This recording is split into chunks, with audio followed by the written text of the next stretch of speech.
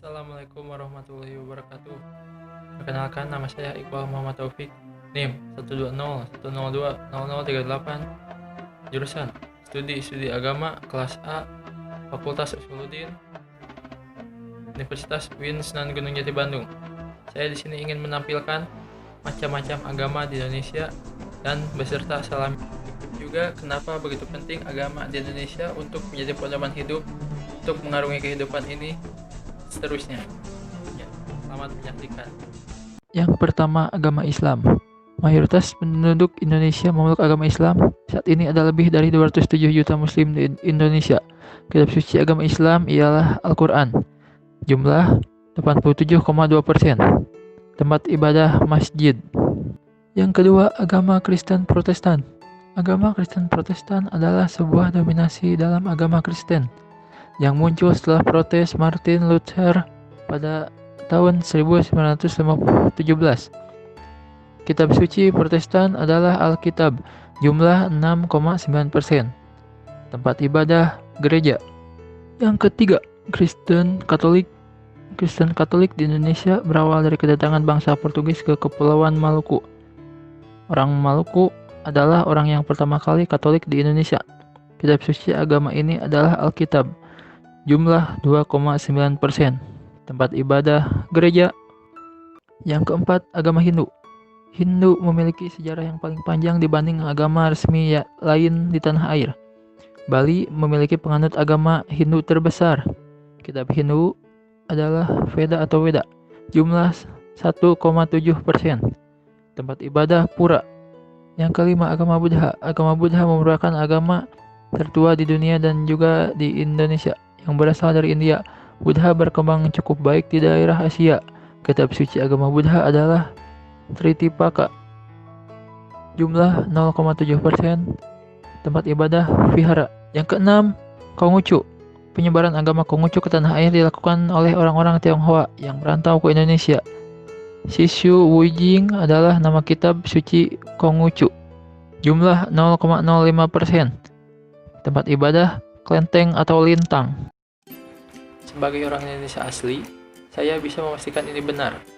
Agama adalah bagian dari kehidupan sehari-hari yang biasa seperti beras, makanan pokok. Sementara banyak di dunia negara lain bergerak ke arah sekuler.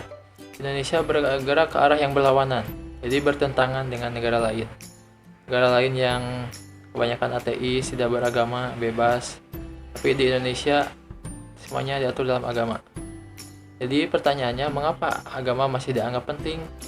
Ketaatan masyarakat terhadap agama, cara agama berkaitan dengan kehidupan sehari-hari, dan bagaimana agama dipandang di Indonesia. Itulah feel-nya. Tanya, mengapa Indonesia begitu religius? Indonesia memiliki ideologi khusus sendiri, yaitu Pancasila. Yang pertama dan yang utama yaitu Tuhanan Yang Maha Esa, yang berarti percaya pada keesaan Tuhan. Dalam Undang-Undang 1945 dalam pasal 29 menyatakan bahwa 1.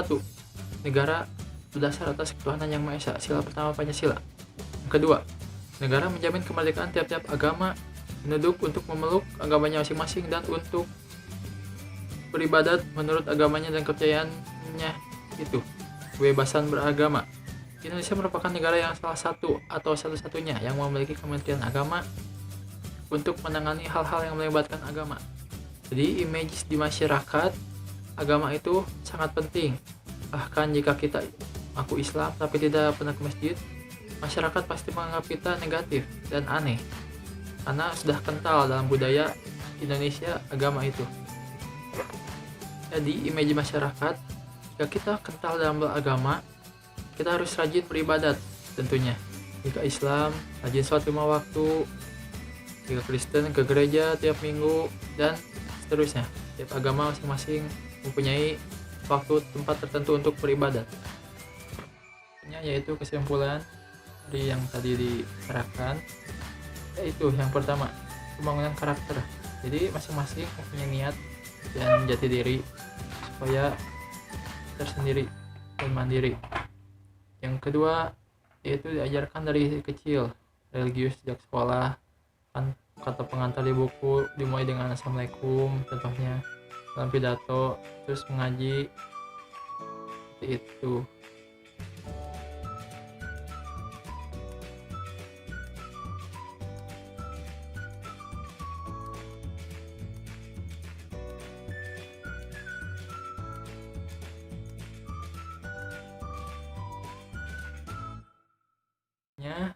Jadi Anda atau kita dapat bahwa agama sudah mendarah daging di Indonesia. Negara ini sangat religius dan terlepas dari fakta bahwa negara ini tidak benar-benar memiliki agama itu sendiri yang ada 6 itu diwujudkan secara de facto sebagai bagian dari ideologi negara. Dan dalam agama Islam tercantum dalam surat Al-Kafirun ayat 6, lakum dinukum waliyadin, bagimu agamamu dan bagiku agamaku. Itu contoh satu ayat toleransi beragama. Jadi saling rukun, berbeda-beda tapi tetap satu jua, Bhinneka Tunggal Ika.